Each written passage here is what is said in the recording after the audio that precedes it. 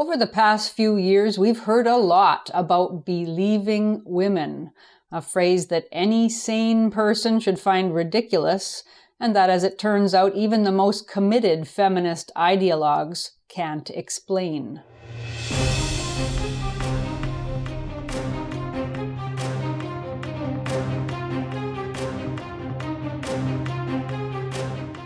Does anybody really believe claims of harassment, discrimination, and sexual assault without evidence?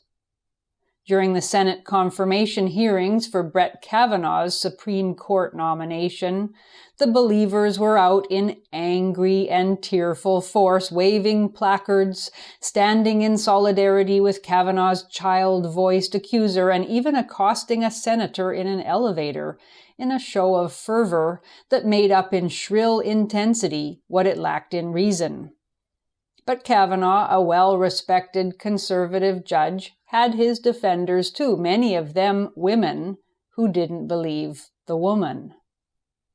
In the case of fallen Hollywood mogul Harvey Weinstein, there was a near universal chorus of denunciation as Hollywood starlets joined with conservatives to believe his accusers, even as the extraordinary thinness of the legal case against him was revealed in court. More recently, when the accused was Joe Biden, evangelical zeal to believe suddenly dropped away, and even Me Too actress Alyssa Milano discovered a newfound respect for due process in light of the assault allegation against Biden by former staffer Tara Reid.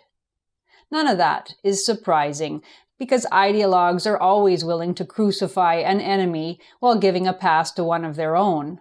The exact same thing happened back in 1994 when Paula Jones accused Bill Clinton of sexual harassment while his feminist allies yawned and looked the other way. Such is the nature of political alliances, and little is to be gained from cries of hypocrisy. What remains interesting about Believe Women is the idea itself, not its inconsistent and partisan application. Believe Women, unlike pay equity, the glass ceiling, emotional labor, or any of the other feminist rallying cries, is the true core of the feminist credo in all its bigoted certitude. Believe Women doesn't pretend to have any evidence to show why it is reasonable. It can't legitimately point to any circumstance in the present or the past when believing women was a self-evidently logical principle. It is nothing less than a raw assertion of the will to faith in female moral superiority. The fact that it could exist at all as a political slogan, let alone one behind which millions of women and men have rallied, is a remarkable sign of the anti-male irrationality of our time. Let's consider some of the reasons feminists give for believing women when they attempt a coherent defense of it. In this video, I'll look at detailed explanations by two feminist journalists. Both of them wrote in the aftermath of the forced retirement of Chris Matthews, MSNBC journalist who was pushed out of his job as host of the show Hardball, at least partly because he failed to believe women. Before we get to the articles, let's take a look at the exchange that signaled the beginning of the end for Matthews. It started with his questioning of former presidential candidate Elizabeth Warren following the Democratic presidential debate of February 25th about why she believed a woman who had in 1997 brought a lawsuit against Mike Bloomberg, one of Warren's rivals. The accusing woman had alleged that Bloomberg had pressured her to have an abortion while she was an employee at his company in 1995. She said that he had told her to kill it after she informed him of her pregnancy. She ultimately settled her lawsuit in 2000 with no admission of guilt from Bloomberg, who denies her allegation. Here we have the classic he said, she said conflict in which a man has paid off a woman to make her lawsuit go away. Who's telling the truth? All we know for certain is that if the woman had herself said, "Kill it," to her doctor, she'd be hailed as a heroine of the pro-choice movement and invited to speak at women's marches, but that's another matter. Back to Chris Matthews. The exchange between him and Elizabeth Warren has been billed as a case of Matthews attacking Warren, though his tone is quite measured, and she is the one who raised her voice, shifted in her chair, and became visibly agitated. Here it is. I believe that the former mayor of New York said that to a pregnant employee. Well, a pregnant employee sure said that he did. Why shouldn't I believe her? You know, I'm just really tired of this world. This one is personal for me. It really is. But you believe he's that kind of person who did that? Look, pregnancy discrimination is real. And we have gone on and on and on where people say, oh, I can't really believe the woman. Really? Why not? Warren made it clear that she believed the accuser and disbelieved Bloomberg mainly because the accuser was a woman and because, as she said, quote, pregnancy discrimination is real, as if that proved anything about the particular case. Some might find this a less than rational basis for belief, and some might even find it a revelation of worrisome anti-male prejudice, but it was good enough for many of Warren's supporters. According to Warren, there are plenty of reasons why Bloomberg would lie and no discernible reasons why his accuser would. It doesn't seem to occur to her that easy money and the desire to harm are all too human motivations on abundant display in everyday life. Matthews didn't proffer these possible reasons, he simply repeated his question about the basis for Warren's belief, but that was apparently too much for the Believe Women crowd. Howls of indignation erupted from the expected quarters after the interview. Shauna Thomas, president of a women's advocacy group, said that Matthews' refusal to believe women and history of sexual harassment make it clear that he is not fit to continue to cover this election. Journalist and activist Lauren Duca called Matthews' line of questioning insane and tweeted indignantly that, quote, he actually cannot wrap his head around believing women, end quote. The interview so infuriated another journalist named Laura Bassett that she decided to disclose her own allegation against Chris Matthews that he'd sexually harassed her in 2016 by asking her before an interview, "Why haven't I fallen in love with you yet?" which she admitted probably didn't meet the legal definition of sexual harassment, but nonetheless undermined her ability to do her job well. Tisk, tisk. So the writing was on the wall for Matthews with a clear message for all men. Support Me Too accusations unquestioningly or find yourself the target of one. Matthews' career came to an inglorious end. Chris Matthews' humiliation came in the same week that Harvey Weinstein was found guilty of sexual assault allegations in a case without a shred of solid evidence to convict and plenty of evidence to support the defense claim of consent. Believing women was on the rise. And yet some feminists seemed ill at ease. In lengthy and sometimes convoluted expositions, two feminist journalists attempted to explain why Believe Women was not the Orwellian statement of blind faith it seemed to some of us. One of these was prominent feminist Monica Hess, the first gender editor for the premier feminist newspaper, The Washington Post.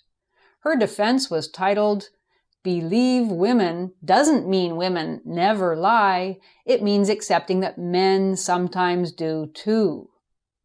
The title would appear to signal a major stepping back from feminist certainty. If women do lie, then how can we generally believe them? Hess claimed that we have, quote, nothing to fear from the Me Too tagline, and seem to suggest that the past 2.5 years of Me Too rhetoric has simply been an unfortunate misunderstanding. Let's get this straight. When crowds of angry women have stood outside courthouses where sexual assault trials were taking place, holding signs saying, "We believe you," that didn't mean they refused to consider the defendant's case.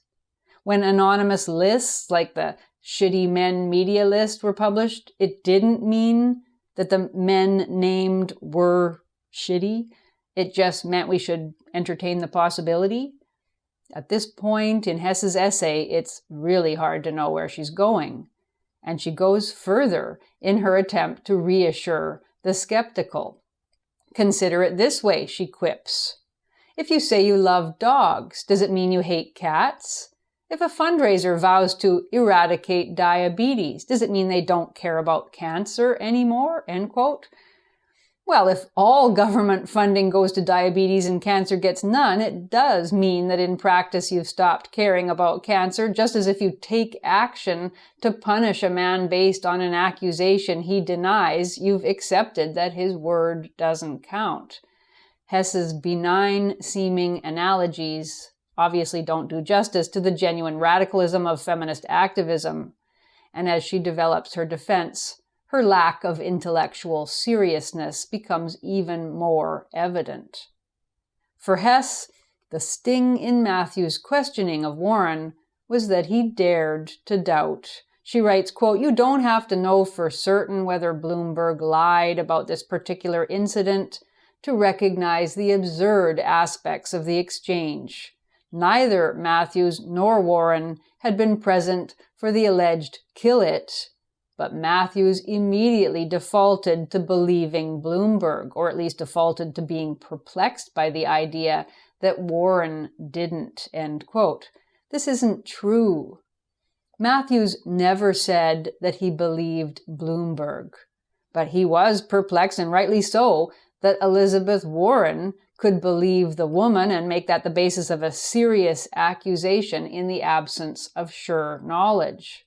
Hess doesn't seem to consider that the choice isn't whether to believe or disbelieve. One can simply say, "I don't know what happened, but I don't want to support a system in which men are punished without credible evidence of wrongdoing." Hess obviously doesn't care about the innocent accused, as she makes clear in the rest of her article. For her, it's all predictably a feminist victim story.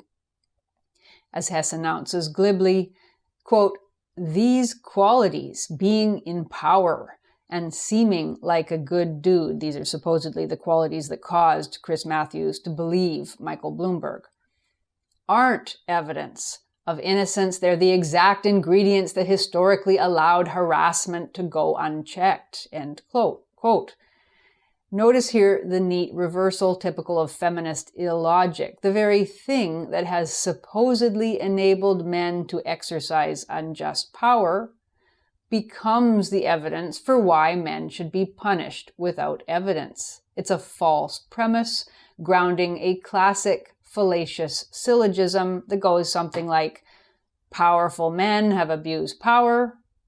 Bloomberg is a powerful man, therefore Bloomberg abused his power." Notably, Hess doesn't have any evidence that women were consistently disbelieved in the past in relation to claims of sexual assault, and it isn't true, as even a very little research will show. Improper Advances, Rape and Heterosexual Conflict in Ontario, 1880 to 1929, is a book by feminist historian Karen Dubinsky.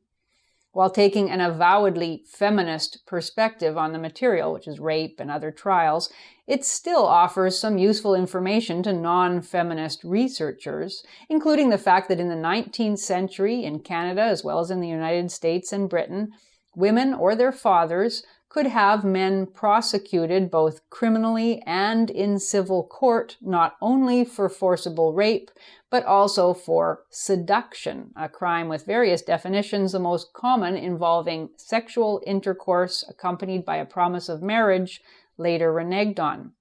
In other words, a man could go to jail not only for raping a woman, but for convincing her to have sex with him with the promise of marriage.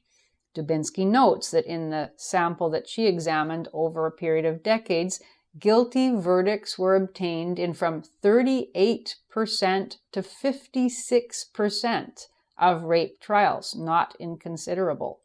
Criminal prosecutions for seduction resulted in guilty verdicts in from 9% to 35% of criminal cases and an astounding 90% of civil prosecutions.